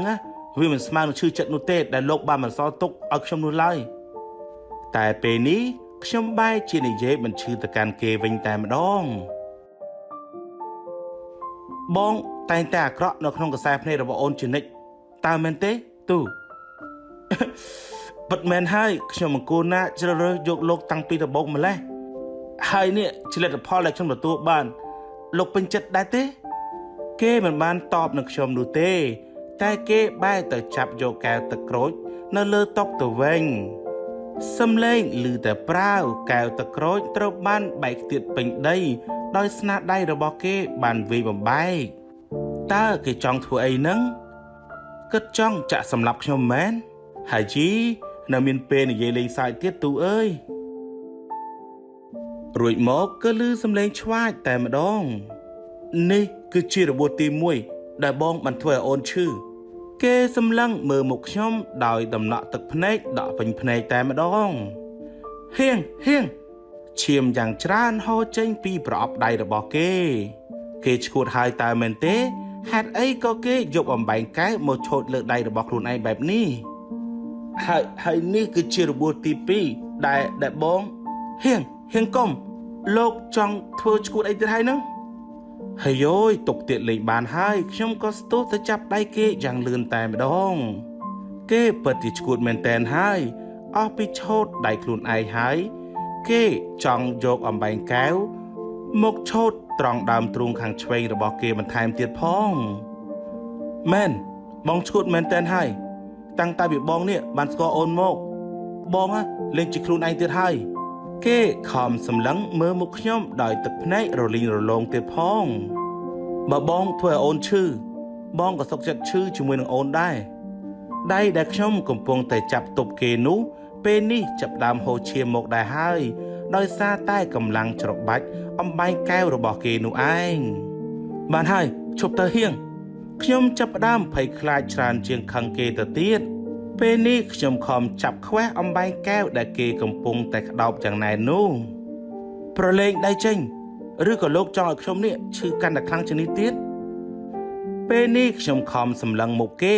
ជាការបញ្ជាឲ្យគេព្រមប្រឡែងអំបែងកែវចេញពីដៃទូឲ្យបងសុំទោសអូនជប់ខឹងបងទៀតទៅបានទេបងទទួលយកការស្អប់ខ្ពើមរបស់អូនលេងបានទៀតហើយរួចមកគេព្រមប្រឡែងអំបែងកែវចេញហើយក៏ទាញខ្ញុំយកទៅអោបយ៉ាងណែនថែមទាំងរៀបរាប់ដាក់ចិត្តត្រចៀកខ្ញុំទៀតផងលេងសិនទៅខ្ញុំបេះស្មាគេឲ្យលេងខ្ញុំតែគេបែរជារឹតតែអោបខ្ញុំខ្លាំងលើសដើមទៅទៀតអូនប្រាប់បងមកថាអូនព្រមលើកលែងទោសឲ្យបងហើយណាគេនិយាយនឹងសំឡេងខ្សឹបខ្សួរដើមកមកកាន់ខ្ញុំតែម្ដងណែហៀងឆ្លើយប្រាប់បងមកថាអូននេះឈប់ខឹងបងហើយគួរតែឆ្លើយប្រាប់គេយ៉ាងម៉េចទៅទឹកភ្នែកខ្ញុំក៏ចាប់ដើមស្រក់មកឥតឈប់ព្រោះតែមានចិត្តអាណិតទៅគេហើយចុះបើខ្ញុំព្រមហើយគេនៅតែធ្វើអ្វីដែលឈួតដូចពីមុនទៀតនោះតើខ្ញុំអាចនឹងទ្រាំមើលបានទៀតទេខ្ញុំឈរបណ្ដោយឲ្យទឹកភ្នែកស្រក់ចុះជាមួយនឹងការអោបរបស់គេតែម្ដងពេលនេះខ្ញុំអាចនឹងខូចចិត្តនឹងរឿងដែលគេបានធ្វើមកលើខ្ញុំតែខ្ញុំរឹតតែឈឺចាប់បន្ថែមទៀតនៅពេលដែលឃើញគេធ្វើបាបខ្លួនឯងព្រោះតែខ្ញុំនោះអូនឈប់ខឹងបងហើយខ្ញុំខំសម្រួលអារម្មណ៍ហើយក៏ផ្ដល់ចម្លើយឲ្យទៅគេយ៉ាងច្បាស់មួយតែម្ដងហើយពេលនេះផងដែរចម្លើយក៏បានផ្ដល់ទៅឲ្យគេដែរហើយតើពេលណាទើបគេដាច់ចិត្តលេងខ្ញុំទៅហើយលេងបានហើយនៅយូរណាស់ដែរទើបខ្ញុំដាច់ចិត្តសួរគេតែម្ដងនៅទេបងចាំអូននិយាយថាលើកលែងទោសឲ្យបងទៀតសិនហើយចំមើលគេណែលោកលេងសាច់នឹងខ្ញុំមែនពេលនេះខ្ញុំខំប្រឹងរុញគេចេញតែគេរឹតតែអោបខ្ញុំកាន់តែខ្លាំងឡើងទ្វេដងឯណោះបងមិនព្រមលេងទេលុះត្រាតែអូនលើកលែងទោសឲ្យបងសិនទើបបងស្ងប់ចិត្តហូយដោយកូនក្មេងមែនអាប៉ែនេះខ្ញុំដូចជាចង់សើចនឹងគេវិញយ៉ាងម៉េចមិនដឹងនោះទេនេះគេអាចរករឿងមកឲ្យខ្ញុំហួសចិត្តបានគ្រប់ពេលវេលាតែម្ដងខ្ញុំព្រមអត់ទោសហើយយកទោសលោកទៀតក៏ហត់តែខ្ញុំនឹង ល្មមលេងបានហើយណាក្រោយពីខ្ញុំប្រាប់គេហើយទៅគេព្រមប្រឡែងខ្ញុំស្រួលដូចគ្នាតែមិនទាំងអស់នោះទេគេបដូរពីការអោបរឹតមកចាប់ក្តោបដៃខ្ញុំយកទៅថើបត្រង់បាត់ដៃដែលរំបងនោះទាំងដែលដៃរបស់គេមានរបួសសុទ្ធតែឈាមទៅវិញបងសុំទោសណាដែលធ្វើឲ្យអូនឈឺម្ដងហើយម្ដងទៀតបន្ទាប់ពីអូនហាត់ដៃរបស់ខ្ញុំហើយគេក៏ងើបមុខសម្លឹងមើលមកខ្ញុំដោយភ្នែករបស់គេនៅជាប់សំណើមទឹកភ្នែកនៅឡើយអោក្មេងមិនចេះធំរបស់ខ្ញុំអើយលោកនេះយ៉ាប់តែម្ដងវើយហើយនៅមានលើកក្រោយទៀតអត់ទេត្រឹមតែប៉ុណ្ណេះបងចិត្តប្រស័យប្រសាទទៅហើយរួចមកគេបញ្ចេញសម្លេងយ៉ាងសទន់មកកាន់ខ្ញុំតែម្ដងហើយបើមានម្ដងទៀតណាកុំសង្ឃឹមតែខ្ញុំនេះព្រមលើកលែងទោសឲ្យអសោះណារួចមកគេអោនក្បាលមកថើបថ្ងាសរបស់ខ្ញុំជំនួសវិញតែម្ដងទូបងសំទោគេដកមាត់មកនិយាយពាក្យសំទោទាំងទឹកមុខគួរឲ្យអាណិតតែម្ដងហើយធ្វើអីឲ្យចេះក្រែងចិត្តបងយុទ្ធផងខ្ញុំទ្រាំមើលមុខគេទៀតលេងបានហើយក៏ងាកបែរទៅរកបងយុទ្ធវិញតែម្ដងបងយុទ្ធអោបាត់តាណាបាត់ហើយវើយមុនពេលហៀងចាប់អោបខ្ញុំគាត់នៅទីនឹងនៅឡើយតាក្រែងចិត្តអីអូនបើវាមិននៅផងនឹងហើយគាត់ចេញទៅតាំងពីកាខ្ញុំលេលើងាកឆ្វេងងាកស្ដាំរកមើលបងយុទ្ធតែអ្វីដែលខ្ញុំបានឃើញគឺមានតែផ្ទាំងមុខរបស់អាកប៉បអាយតែប៉ុណ្ណោះវាចេញទៅតាំងពីបងចាប់អោបអូនតាំងពីដំបូងម្លេះហើយខ្ញុំនេះអីក៏វិញ្ញាណតិចម្លេះមនុស្សដើរចេញចូលមួយទាំងមូលខ្ញុំមិនដឹងខ្យល់អីសោះអញ្ចឹងមើលស្អីល្មមទៅពេទ្យបានហើយឈាមហូរប្រឡាក់ពេញបងរំលបួសអស់ហើយនោះពេលនេះខ្ញុំមិនចង់ឲ្យគេសម្លឹងមើលមុខខ្ញុំយូរជាងនេះទៀតទេទើបសម្រេចចិត្តហៅគេទៅពេទ្យលាងរបួសចេញតែម្ដងទូតែពេលនេះបងយុទ្ធក៏មកដល់ល្មមបាទបងពេលនេះខ្ញុំងាកទៅក៏បានឃើញបងយុទ្ធដើរមករកខ្ញុំដោយមានកាន់ប្រអប់មួយមកជាមួយទៀតផងណែប្រអប់ថ្នាំហើយក្នុងនោះមានទាំងបងរុំនិងទឹកថ្នាំលាងរបួសសិនទៅនេះហើយគឺជាបងយុទ្ធដ៏ល្អរបស់ខ្ញុំចិត្តស្ងប់មិនឆេវឆាវមិនដូចអ្នកដែលគ្មានក្បាលគ្មានកន្ទុយដូចជាម្នាក់ដែលនៅជាប់ដៃខ្ញុំនេះទេអរគុណបងច្រើនណាស់បងក៏គួរមើលរបួសរបស់បងដែរទៅខ្ញុំទទួលយកប្រអប់ថ្នាំពីបងយុទ្ធទាំងខំសម្លឹងមើលទៅគេមាត់របស់គាត់ទៀតផងអូបងមិនអីនោះទេទោះជាជាប់មាត់តែបងយុទ្ធនៅតែផ្ដល់ស្នាមញញឹមមកខ្ញុំជានិច្ច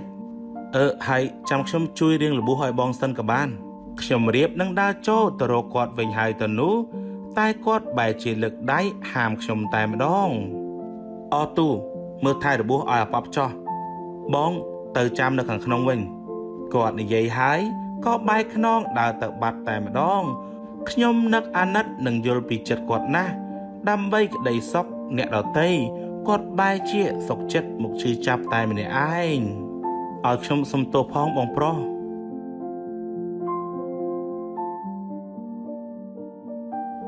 ទូ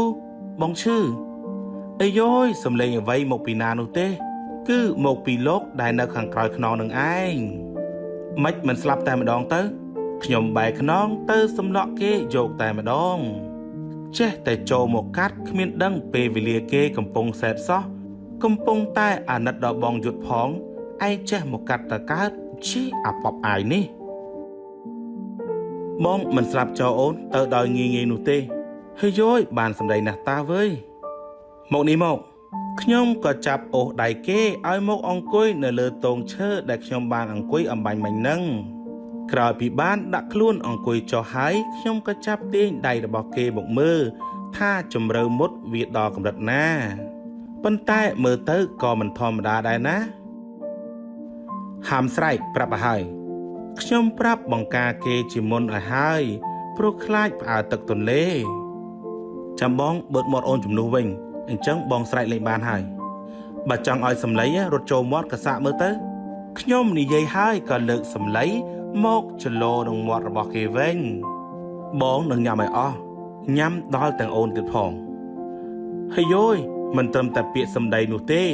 តែគេមកទាំងកាយវិការទៀតផងអន់មករកសឹងតែបានស៊ីក្បាលខ្ញុំមែនតែនទៅហើយនេះណែអូយពេលនេះខ្ញុំចង់សងសឹកនឹងគេខ្លះក៏សង្កត់ដៃទៅលើមុខរបួសរបស់គេមួយទំហឹងតែម្ដងលើកលែងទោសមិនទាន់បានប្រមាណផងនៅមកសម្បើមដៃទៀតបើមិនចង់ត្រូវទៀតបិទមាត់ឲ្យនៅស្ងៀមខ្ញុំលើកសម្លេងចលោមុខគេម្ដងទៀតជាការប្រមានអូនពិតជាសាហាវណាស់ខ្ញុំមិនខ្វល់គេនិយាយអីទៀតទេគឺគិតតែពីឈ្ងោកមុខលាបរបួសឲ្យគេយ៉ាងជោគចិត្តទុកដាក់និងថ្នមដៃបំផុតព្រោះខ្លាចគេឈឺតែក៏នៅមានសម្លេងស៊ឺតសតម្ដងមកការដែរព្រោះតែវាប៉ះចំកន្លែងជ្រៅទូកុំមកខ្ញុំកំពុងតែផ្ចង់អារម្មណ៍ខ្ញុំឆ្លើយតបទៅនឹងគេទាំងក្បាលអោនលៀងមុខរបួសឲ្យគេយ៉ាងផ្ចិតផ្ចង់តែម្ដងអូននៅតែមិនទាន់បាត់ខឹងបងដដែលមែនទេប្រាប់ហើយថាជប់ខឹងហើយចំអាពេកខ្មោចឆៅនេះនៅមិនទាន់ចប់ទៀតរឿងហ្នឹងបើអូនមិនខឹងចុះហេតុអីអូននៅតែប្រើពាក្យខ្ញុំដាក់បងទៀតឬក៏អូនចង់ឲ្យបងចាប់ថើបអូនទៀតសិនទើបអូនព្រមអូយទូបងឈឺខ្ញុំទ្រាំនឹងពាក្យគេនិយាយមិនបានទេក៏ជ្រុលដៃសង្កត់របួសគេខ្លាំងបន្តិចទៅតែខកខំទប់សំណាយដែរសំទោសគឺខ្ញុំតាំងចិត្តច្បាស់ណាស់លោកប៉ប៉ាយអើយតាមពិតទៅគ្នានៅជាប់មាត់ភ្លេចខ្លួនបន្តិចនឹងណានិយាយទៅគឺមានខឹងខ្លះដែរខឹងខ្លាំងនោះគឺពេលដែលទៅខົບខិតជាមួយនឹងអារិតមកសម្ដែងចង់មិនឈឺអូនហ៊ានណាស់ទាំងពីរនាក់បើដឹងថាបែបហ្នឹងអូនច្បែកកបងឲ្យស្លាប់តាំងពីថ្ងៃហ្នឹងមកឡបាត់ពេលនេះខ្ញុំជូតបណ្ដាតបទៅគេវិញបណ្ដាអូបងក៏មិនចង់ដែរតែអូនទៅប្រាប់រិទ្ធថាមិនស្គាល់បងធ្វើអីបងក៏គិតចង់ធ្វើដូចមែនតែនទៅហើយក៏តាំងចិត្តចង់ដឹងពីអាការៈប្រច័ណ្ឌរបស់អូនតិចដែរតែអូនគ្មានទុកមុខឲ្យបងសោះប្រលះគ្មានសល់សាច់សំបីតែបន្តិចអូនសុំទោសផងណាដែលជ្រុលមាត់បន្តិចតែក្រៅពីរឿងហ្នឹងការពិតទៅអូនមិនដែលខឹងនឹងបងនោះឡើយអូនគ្រាន់តែមិនពេញចិត្តនៅទង្វើដែលបងបានធ្វើមកលើអូននិងមនុស្សដែលពាក់ព័ន្ធជាមួយនឹងអូនតែប៉ុណ្ណោះឯងខ្ញុំឆ្ងោកមុខសើចនឹងពាក្យសម្ដីគេហើយក៏ប្រាប់គេតាមការពិតទៅវិញទៅអញ្ចឹងហេតុអីក៏អូននិយាយថាសពបងអូននិយាយទៅព្រោះអូននៅអន់ចិត្តដែលបងមិនយល់ពីអូនដែលបងមិនចេះធំនឹងគេហ្នឹងណាគិតតែពីអារម្មណ៍ក្តៅក្រហាយរបស់ខ្លួនរហូតដល់លេងដឹងអ្វីធ្វើឲ្យកំហឹងមកគ្រប់គ្រងបានហើយម្យ៉ាងក៏នៅមិនទាន់ចង់ព្រមត្រូវគ្នាជាមួយនឹងបងដោយសារតែអូនចង់ទុកពេលឲ្យបងបានដឹងពីកំហុសរបស់ខ្លួនឲ្យកាន់តែច្បាស់ហើយកែប្រែខ្លួនឲ្យមានសតិច្រើនជាងនេះបន្តិចតែប៉ុណ្ណោះ តែពេលនេះអូនបានដឹងហើយថាបងនៅតែស្វែងរកពីកំហុសរបស់បងមិនទាន់ឃើញដដែលថែមទាំងធ្វើខ្លួនល្ងីល្ងើឲ្យអូនបារម្ភទៀតផងហើយត្រូវចងចាំផងណាទោះជាមានរឿងអ្វីកើតឡើងក៏ដោយបងមិនត្រូវធ្វើបាបខ្លួនឯងបែបនេះទៀតទេណាបើបងស្រឡាញ់មើលថែខ្លួនឯងមិនបានល្អផងនោះតើបងមានសមត្ថភាពឯណាចង់មកមើលថែអូនបាននោះទូហើយលើកក្រោយអូននឹងខឹងបងប្រកាសណាស់បើបងនៅតែធ្វើរឿងឈួតយ៉ាងនេះទៀតមាត់តបទៅគេគ្រប់បាត់តែដៃនិងក្បាលរបស់ខ្ញុំនៅតែបន្តសកម្មភាពចាត់ការរបួសរបស់គេដដែលវារៀងយូរនិងពិបាកបន្តិចហើយព្រោះតែដៃអ្នកព្យាបាលក៏ឈឺមិនចាញ់អ្នករបួសដែរអូនឲ្យបងសុំទោសណាបងសន្យាថានឹងមិនធ្វើបាបខ្លួនឯងទៀតទេហើយក៏នឹងមើលថែអូនឲ្យបានល្អបំផុតអស់មួយជីវិតរបស់បងគេអោនមកថើបក្បាលរបស់ខ្ញុំដោយខ្ញុំមិនបានដឹងខ្លួននិងថែមទាំងនិយាយពាក្យសន្យាដាក់ខ្ញុំទៀតផងខ្ញុំឮដូច្នេះហើយក៏ងើបមុខទៅឆ្លើយតបនឹងគេវិញ ព្រោះខ្ញុំចង់បញ្ជាក់ឲ្យគេដឹងថាខ្ញុំប្រកាសជាជ្រាបនឹងពាក្យមួយឃ្លានេះមែនហើយមួយវិញទៀតអូនគឺជាមនុស្សដែលរក្សាពាក្យសន្យាជានិច្ចទោះយូរឬក៏ឆាប់ក៏អូនគ្មានថ្ងៃភ្លេចដែរអញ្ចឹងបងអាចដកពាក្យអំបញ្ញមិញវិញបានព្រោះវានៅមិនទាន់ហួសពេលនៅក្នុងចិត្តខ្ញុំពេលនេះដឹងច្បាស់ថាវាមិនអាចទៅរួចនោះទេព្រោះតែស្នេហារបស់ពួកយើងគ្មានអ្នកណាទទួលស្គាល់ឡើយបងគ្មានថ្ងៃដកពាក្យសន្យាអំបញ្ញមិញឡើយហើយបងនឹងធ្វើឲ្យអូនឃើញថាបងនេះនិយាយពិតធ្វើពិតហើយបងក៏ដឹងថាអូននេះជាមនុស្សគោរពពាក្យសន្យាបើមិនអញ្ចឹងអូនក៏មិនហ៊ានកុហកបងទៅជួបជាមួយនឹងអាក្បាឆេះនោះដែរអ៊ីយ៉ាដល់វគ្គរំលឹករឿងចាស់ទៀតហើយអាប៉ិប៉បអាយរឿងហ្នឹងអូនក៏មានចំណុចខុសដែរមិនព្រមប្រាប់បងពីការពិតព្រោះអូនដឹងថាបងនឹងមានប្រតិកម្មយ៉ាងម៉េចខ្លះមកលើរឿងនេះរហូតដល់ពេលដែលបងប្រាប់ថាបងទុកចិត្តមកលើអូនអ្វីក៏វាហួសបាត់ទៅហើយព្រោះអូនបានកុហកបងរួចជាស្រេចទៅហើយចំណុចនេះវាធ្វើឲ្យអូនមានអារម្មណ៍ថាខុសលើដើមឲ្យអូនសំទោសដែលបំផ្លាញទំនុកចិត្តរបស់បងខ្ញុំនិយាយជាមួយនឹងគេទាំងដៃម្ខាងរបស់ខ្ញុំទម្លាក់សំឡីចុះក្រោមហើយលូកដៃទៅជ្រងសក់គេឡើងដែលវាកំពុងតែបក់ទៅបក់មកតាមកម្លាំងខ្យល់តែហៀងបែរជាយកដៃរបស់គេដែលមានរបួសប្រឡាក់ឈាមនៅឡើយមួយទៀតមកចាប់ដៃខ្ញុំយកទៅថើបជំនួសវិញអត់ទេអូនមិនមែនជាអ្នកខុសទេបងខ្លួនឯងដែលមិនល្អមិនគោរពពាក្យដែលខ្លួនឯងបាននិយាយប្រាប់អូនបងបានប្រាប់អូនរួចហើយទោះពួកយើងឆ្លោះគ្នាប្រកែកគ្នាយ៉ាងណាក៏បងមិនអាចយកឈ្នះអូនបានដែរព្រោះអូនគឺជាអ្វីគ្រប់យ៉ាងរបស់បងពេលនេះគេញញឹមនិងប្រឹងបញ្ចូលអារម្មណ៍ដឹងខុសទាំងអស់តាមរយៈខ្សែភ្នែកដ៏មោះមុតរបស់គេមកកាន់ខ្ញុំតែម្ដងនេះធ្វើឲ្យខ្ញុំមានចិត្តរឹតតែអាណិតគេទ្វេដងទៀតផងបើចេះគិតដល់ពាក្យនេះតាំងពីដំបូងប្រហែលរឿងមិនដល់ថ្នាក់នេះនោះទេមើលទៅដោយខ្លាចគេដឹងចិត្តខ្ញុំខំធ្វើជាពេបមាត់ដាក់គេហើយក៏ទាញដៃគេចេញមកអោនលាបរបួសឲ្យគេបន្តទៀតគឺមកពីកំហឹងនិងការឈឺចាប់វាជ្រាបចូលពេញមុខបងពេកទៅអារម្មណ៍បងពេលនោះគឺមានតែការខឹងសម្បាតែប៉ុណ្ណោះឲ្យបងសំទោសផងណានួលល្អរបស់បងពេលនេះដោយអស់ដៃចាប់ខ្ញុំហើយទើបគេបែរមកយកក្បាលមកញីនឹងក្បាលរបស់ខ្ញុំវិញម្ដងរួចមកខ្ញុំក៏មានតែម្ដងតាមនឹងទៅចោះហេចយអាប៉េប៉បអាយនេះអស់ដៃហើយនៅមានយកក្បាលមកកកាត់គ្នាទៀតណោះបានហើយបងឈប់និយាយរឿងកន្លងហួសទៀតទៅបាទសូមអរគុណច្រើនហើយនៅពេលនេះដែរសាច់រឿងមួយនេះខ្ញុំបាទក៏សូមស្លេះទៅត្រឹមនេះសិនហើយក៏ចង់អរគុណច្រើនសម្រាប់ប្រិយមិត្តទាំងអស់គ្នាដែលតែងតែស្ដាប់រឿងនេះតាំងពីដើមមកហើយសូមចំណាំផងនៅថាបើសិនជាប្រិយមិត្តទាំងអស់គ្នាជាស្ដាប់សូមមេត្តាកុំភ្លេចណាជួយ like និង subscribe ឲ្យ admin ផងបាទសូមអរគុណច្រើនហើយនៅពេលនេះដែរខ្ញុំបាទសូមជម្រាបលាជួបគ្នាវគ្គក្រោយ